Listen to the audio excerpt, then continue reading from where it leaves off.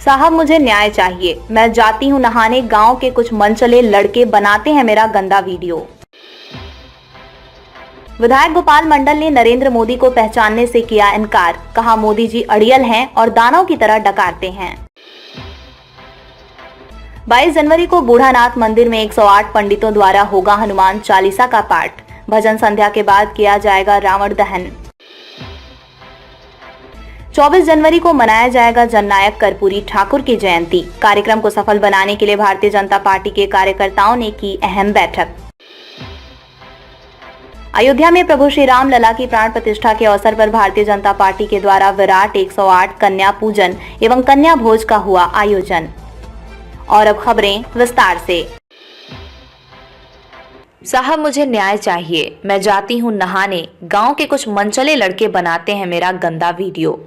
भागलपुर के वरीय पुलिस अधीक्षक कार्यालय के सामने से एक अजीबोगरीब खबर सामने आई है। एक विवाहिता लड़की अपने घायल बुजुर्ग पिता के साथ घूम रही थी। चेहरे पर काफी परेशानी दिख रही थी। जब पत्रकारों ने उससे परेशानी पूछा तो उसने ऐसी बातें बता दी जो सुनकर आपके होश उड़ जाएंगे। पीड़ित लड़की जब बाथरूम जाती थी तो उसके ही गाँव के कुछ मनचले लड़के बाथरूम की छेद से उस लड़की का वीडियो बनाते थे। जब लड़की ने विरोध किया तो उसके परिवार वालों को मनचले कुछ लड़कों ने रॉड से मारकर घायल कर दिया और जान से मारने की धमकी भी देते दिखे। अब जान माल की गुहार लगाने वाली लड़की और उसके बुजुर्ग घायल पिता वरीय पुलिस अधीक्षक के पास पहुंच गए। उनका साफ तौर पर कहना था कि मैं गरीब हूं और किसी तरह कमाता खाता हूं, लेकिन मेरी बेटी के साथ इस तरह से गंदा बिहेव गांव के युवा कर रहे हैं। उसे सबक सिखाया जाए। बोलते बोलते पीड़ित की आंखों से आंसू नहीं थम रहे थे। अब देखने वाली बात ये होगी कि प्रशासन इस पर क्या संज्ञान लेती है या फिर ऐसे मनचले यूं ही खुलेआम घूमते रहेंगे। मामला वही था, नहाने का समय जो है इनके साथ हरकत करता था उसका लड़का जो बगल में पड़ोस में रहते हैं, तो बराबर इनके साथ हरकत करते हैं। कभी डग्गल फेंक देते हैं, कभी कुछ कर देते हैं, कभी कपड़ा इसको हटा देते हैं। दीवार में उसको छंदा है, उसी दीवार के जरिए से वो ऐसे सब हरकत करते हैं। हम नहीं रहते हैं पति पत्नी, तो इनके साथ वो ज़्यादा हरकत करते हैं। कभी डग्गल फेंक दिया। कौन फेंकते हैं? वो हमारे पड़ोस का आदमी जो है बगल में, क्या नाम? उसका नाम है वीरेंद्र साहब का बेटा है।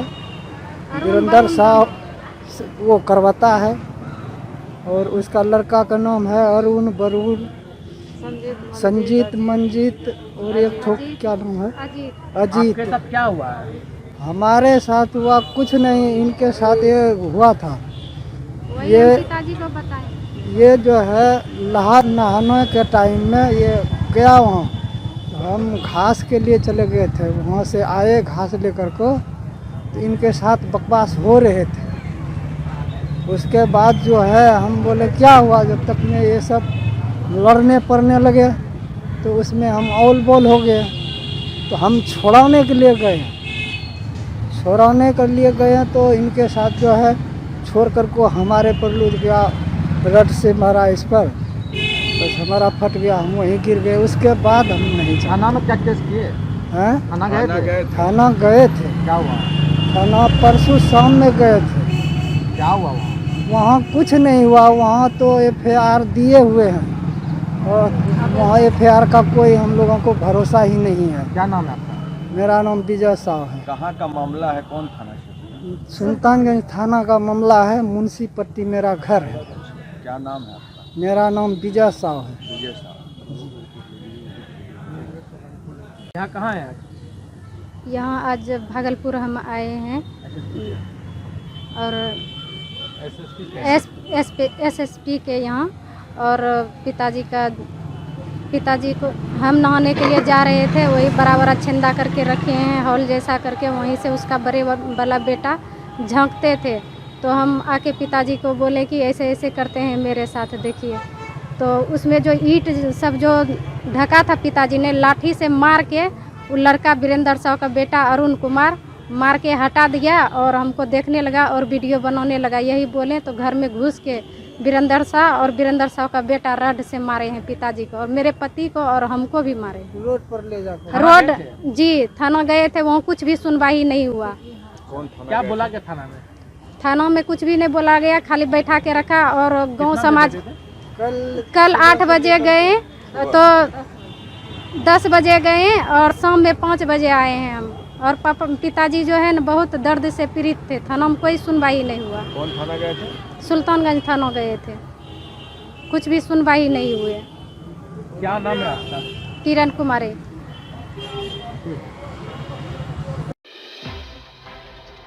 विधायक गोपाल मंडल ने नरेंद्र मोदी को पहचानने से किया इनकार। कहा मोदी जी अड़ियल हैं और दानव की तरह डकारते हैं। बिहार के मुख्यमंत्री नीतीश कुमार के चहेते विधायक नरेंद्र कुमार नीरज उर्फ गोपाल मंडल ने देश के प्रधानमंत्री नरेंद्र मोदी का तो नाम भी नहीं सुना है। वो नरेंद्र मोदी को पहचानने से भी इनकार कर दिए हैं। चौंकिए नहीं, ये बातें मीडिया के हवाले नहीं की जा रही है।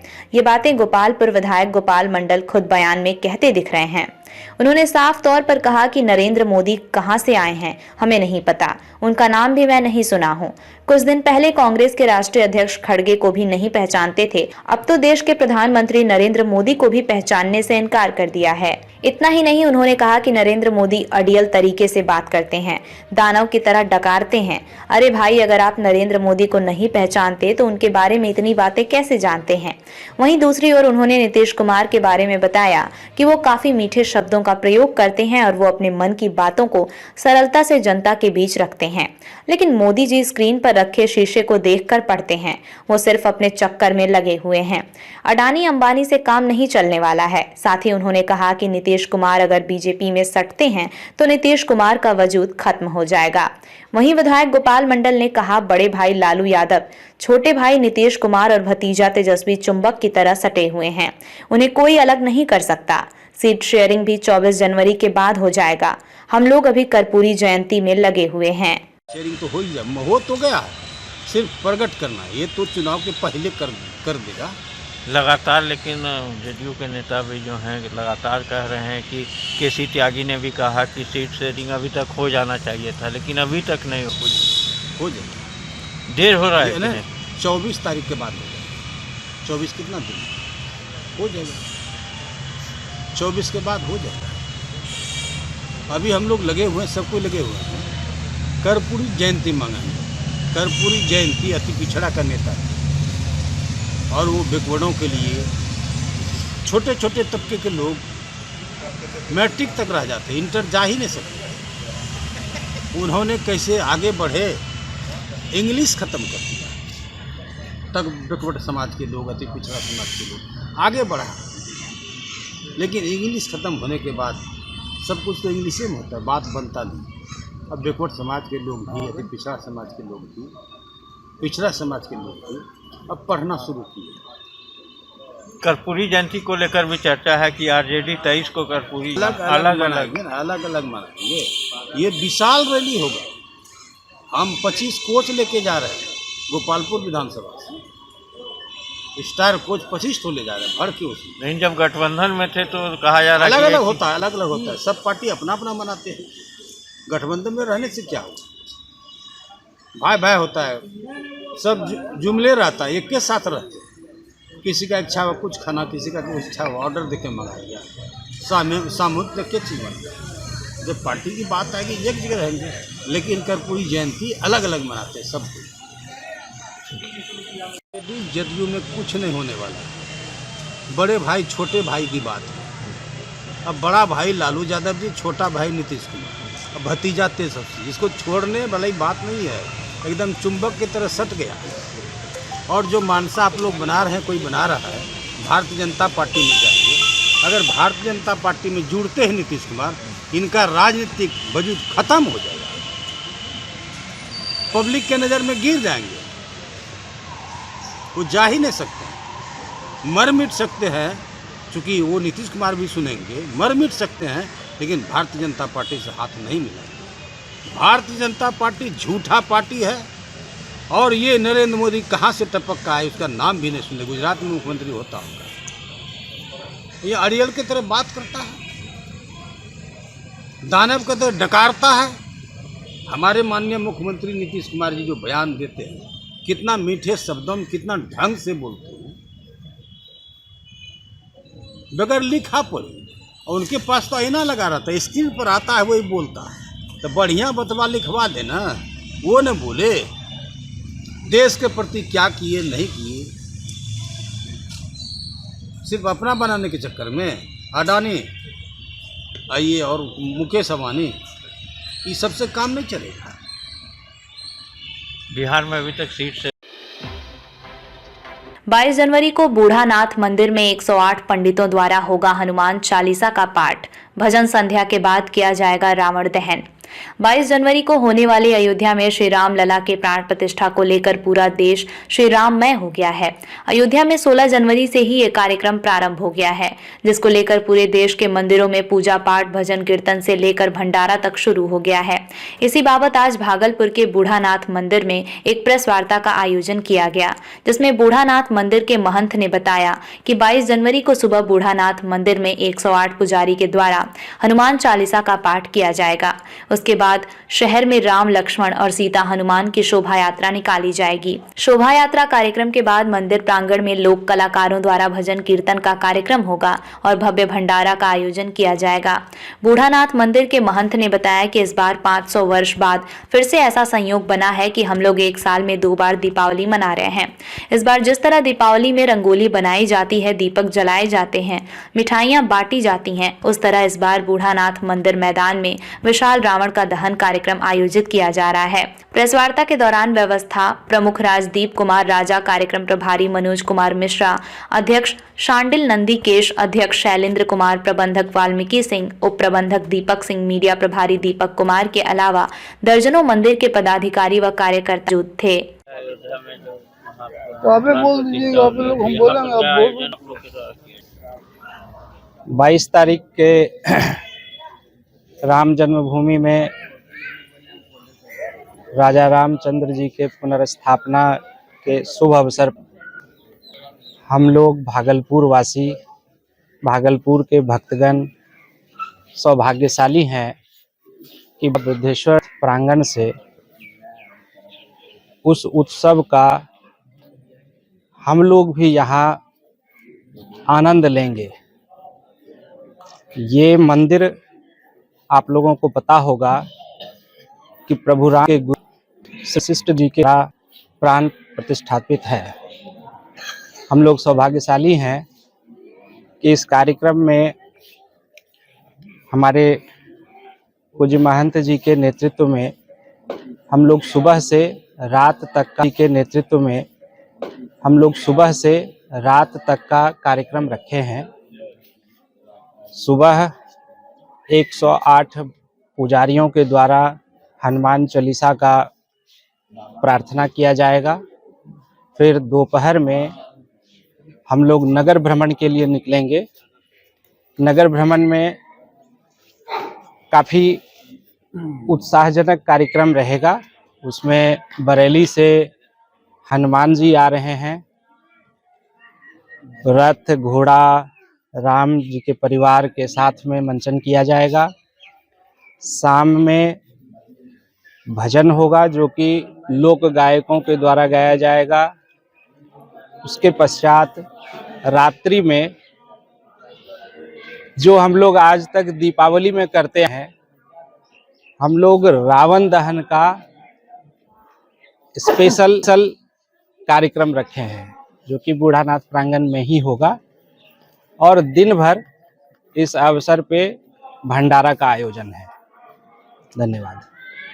सब कर दीजिए आप लोग से मेरी भी प्रार्थना है कि घर घर में भजन कीर्तन राम हो। ऐसा अकाल पड़ा हुआ था, सब जगह राम राम हुआ, बीमारियां खत्म हो गई।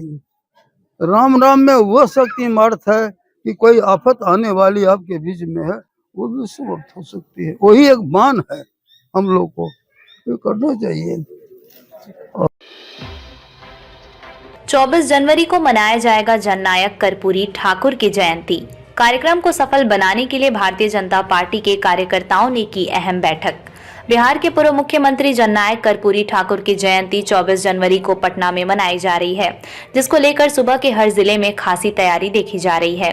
इसी बाबत आज भारतीय जनता पार्टी भागलपुर इकाई की ओर से भी इस कार्यक्रम को सफल बनाने के लिए एक अहम बैठक रखी गई, जिसमें भागलपुर इकाई के दर्जनों पदाधिकारी व कार्यकर्ता मौजूद थे। भारतीय जनता पार्टी के भागलपुर जिला अध्यक्ष संतोष शाह ने बताया कि जननायक कर्पूरी ठाकुर की 99वीं जयंती को लेकर हम लोग कई मुद्दों पर कार्यकर्ताओं कार्यकर्ताओं के बीच वार्ता कर रहे हैं।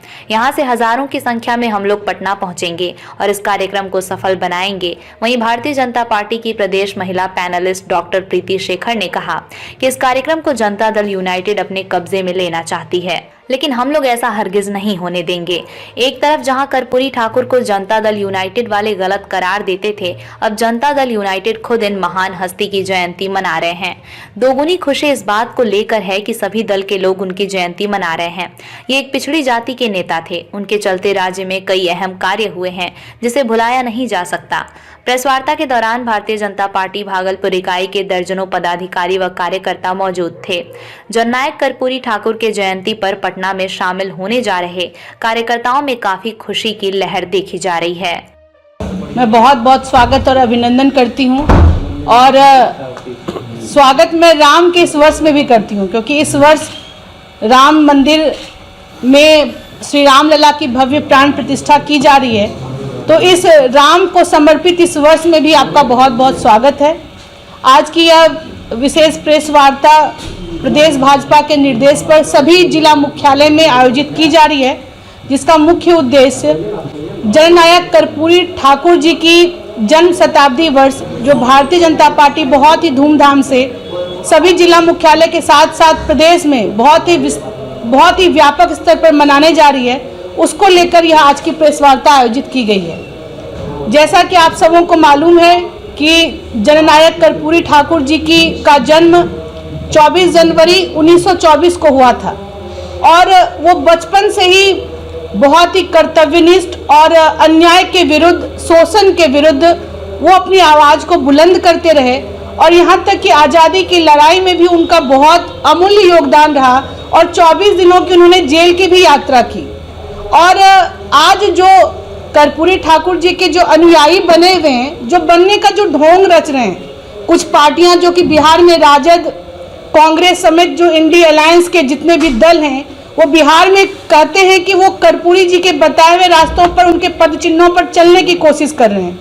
लेकिन आज उनके द्वारा दलितों, शोषितों की आवाज़ को दबाया जा रहा है और उसका जीता जागता उदाहरण है कि भारतीय जनता पार्टी ने मिलर स्कूल पटना का ग्राउंड कर्पूरी जयंती के लिए बुक करके रखा था, लेकिन जदयू के द्वारा उसे अतिक्रमित कर आज व्यापक तौर पर अनाधिकृत रूप से वहां पर बैनर पोस्टर लगाकर भारतीय जनता पार्टी को इस कार्यक्रम को करने से रोक रही है।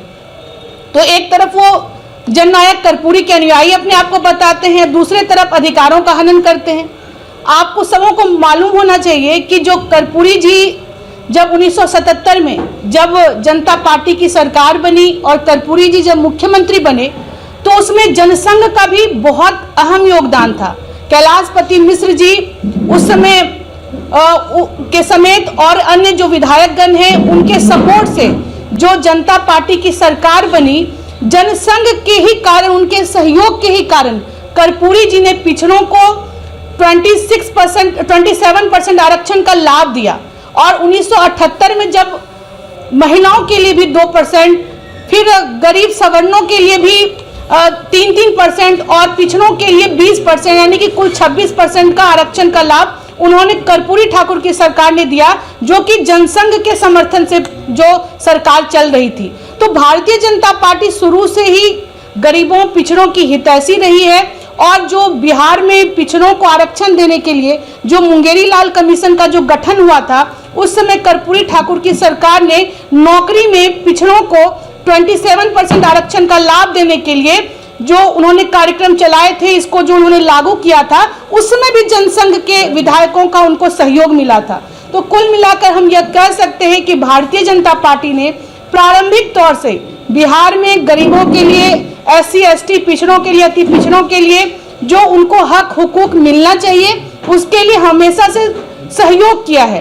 लेकिन जो पार्टी अपने आप को बिहार में राष्ट्रीय जनता दल अपने आप को कर्पूरी ठाकुर के अनुयायी बताते हैं, लेकिन वहाँ पर सिर्फ परिवारवाद है, वहाँ पर सिर्फ भ्रष्टाचार है। और जो कर्पूरी ठाकुर जी राम राज्य की कल्पना करते थे, उनका मानना था कि राम राज्य होना चाहिए। उस राम राज्य की कल्पना को साकार जब भारतीय जनता पार्टी की सरकार करने जा रही है और जब केंद्र सरकार के नेतृत्व में, यूपी गवर्नमेंट के नेतृत्व में जब भव्य मंदिर का निर्माण हो रहा है, प्राण प्रतिष्ठा की जा रही है, तो ऐसे समय में भी राजद के लोगों के द्वारा हमारे देवी देवताओं के ऊपर, हमारे सनातन धर्म के ऊपर और यहाँ तक कि मर्यादा पुरुषोत्तम भगवान श्री राम के ऊपर भी आपत्तिजनक टिप्पणियां की जा रही हैं। और जो सरकार, जो इस पार्टी की जो नुमाइंदगी करते हैं, जो इस पार्टी के जो मुखिया हैं, वो इन सारी बातों पर मौन साधे हुए हैं, चुप्पी साधे हुए हैं। और मुझे तो लगता है कि जो बिहार की जो सरकार है वो सत्ता के मद में इतनी चूर है और कि वो लोगों के लोकतांत्रिक जो अधिकार हैं उसका भी वो दमन और हनन कर रही है। लेकिन यह समय नज़दीक आ रहा है कि भारतीय जनता पार्टी कर्पूरी ठाकुर जी के सिद्धांतों पर चलकर, गरीब शोषितों की आवाज़ बनकर और पूरे केंद्र में जो मोदी जी की सरकार चल रही है, कर्पूरी जी के ही सपनों को साकार करने में लगी है और उनकी आकांक्षाओं के अनुरूप भारतवर्ष में एक नए ढंग से सभी समाज का जब भारतीय जनता पार्टी के तरफ झुकाव आज देखने को मिल रहा है। लेकिन इस झुकाव से कुछ लोगों को बड़ी पीड़ा हो रही है। उन्हें इतनी पीड़ा हो रही है कि हमारे जो अधिकृत, जो हमने लॉफुली जो हमने अथॉरिटी से हमने आवेदन देकर जिस कार्यक्रम को करने की अनुमति प्राप्त की, उसको वो बाधित करने में लगे हैं। पटना की सड़कों पर नगर निगम के द्वारा जितने होर्डिंग में जितने बैनर भारतीय जनता पार्टी के द्वारा लगे थे, उनको हटाकर आज वो अपना बैनर डाल रहे हैं। क्या इसकी परमिशन बिहार सरकार ने दिया था? लेकिन आज आश्चर्य होता है कि नीतीश जी लालू जी की संगत में जब से आए हैं, तब से फिर से वो जंगल राज को दोहरा रहे हैं। एक तरफ नीतीश जी को प्रधानमंत्री बनना है, तो दूसरी तरफ उनके भतीजा यानी कि तेजस्वी जी को जल्द से जल्द मुख्यमंत्री की पद की कुर्सी हासिल करनी है। और एक प्रधानमंत्री और मुख्यमंत्री बनने के चक्कर में बिहार की व्यवस्था बहुत ही खराब हो चुकी है, कानून व्यवस्था यहाँ की ध्वस्त हो चुकी है और पिछले 500 दिनों में यहाँ पर 1400 के लगभग हत्याएं हो चुकी हैं, जिसमें से कि 300 गंभीर अपराध हुए हैं। और महिलाओं के ऊपर जो आपराधिक घटनाएं हैं, लूट बलात्कार की घटनाएं, वो उसमें 300% का इसमें इजाफा हुआ है। ये बिहार की सरकार है और इस बिहार की सरकार में जो कर्पूरी ठाकुर के सपनों को कुचलने का प्रयास कर रही है, उस बिहार सरकार में आज के तिथि में जो कानून के रखवाले हैं, जो पुलिस प्रशासन के जो लोग हैं, उनको ही अपराधी दौड़ा दौड़ा कर पीट रहे हैं। तो यह कैसी सुशासन की व्यवस्था, जिसमें कि जनता को तो छोड़ दीजिए, कानून के रखवालों को भी अपनी जान की गुहार ईश्वर से लगानी पड़ती। और ट्रेन मार्ग से भी और सड़क मार्ग से अधिक संख्या में लोग जाएं, उसका प्रयास चल रहा है। हमारे और पिछड़ा मोर्चा के संयोजक यहाँ बैठे हैं, जिला अध्यक्ष अमरदीप जी, पूरी टीम बैठी हुई है, पूरा प्रयास चल रहा है। और प्रीति जी ने पूरा विषय भी रखा है, इस प्रकार से कर्पूरी के आदर्शों और विचारों को अभी जो सरकार है कुचल रही है। और वह सर्वविदित है, जब कर्पूरी जी की सरकार बनी थी तब यही लोग कर्पूरी जी को चिढ़ाते थे, कर्पूरी कर पूरा नहीं तो पकड़ अस्तूरा। ये लोग आज कर्पूरी भक्त बन बैठे हैं। तो जो पिछड़ों को जिन्होंने सम्मान दिया है, आज भी जो वर्तमान सरकार है मोदी जी का, उसमें 27 ऐसे मंत्री जो ओबीसी समाज से हैं, जिसमें 19 अति पिछड़े समाज से हैं। तो पिछड़ों को सबसे ज़्यादा सम्मान। और सबसे बड़ी बात है कि भारतीय जनता पार्टी ने जो प्रधानमंत्री बनाया है वो पिछड़े समाज से है और गरीब का बेटा और उस गद्दी पर बैठा है, तो इन लोगों को पच भी नहीं रहा है। आज तरह तरह के आरोप, तरह तरह के उन पर गालियों को देने का काम जो है ऐसे सभी लोग कर रहे हैं।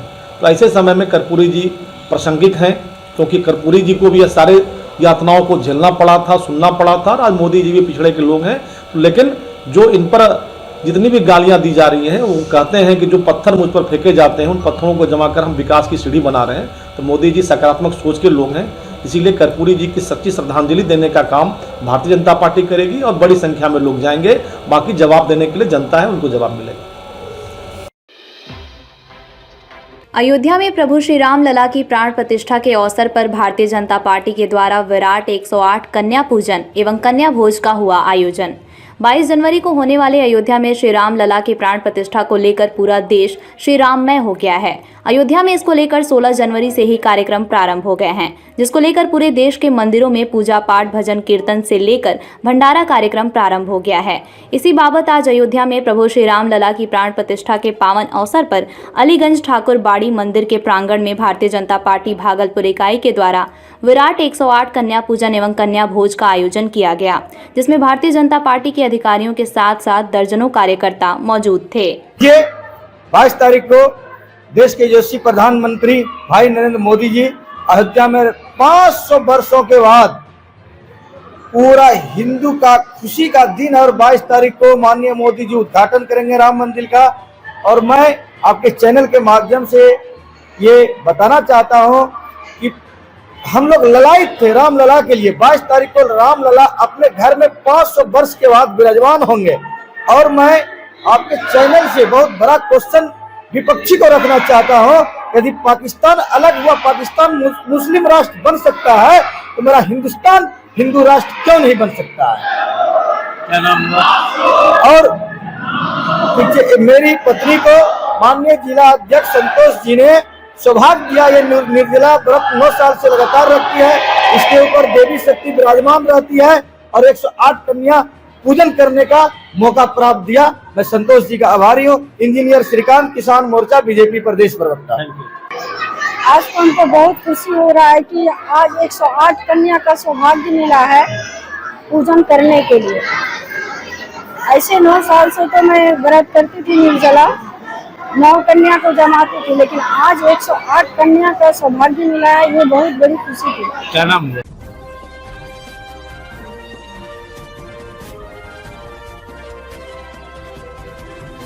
आप देख रहे हैं लोकल टीवी न्यूज 24x7, सब पर नजर, सबकी खबर।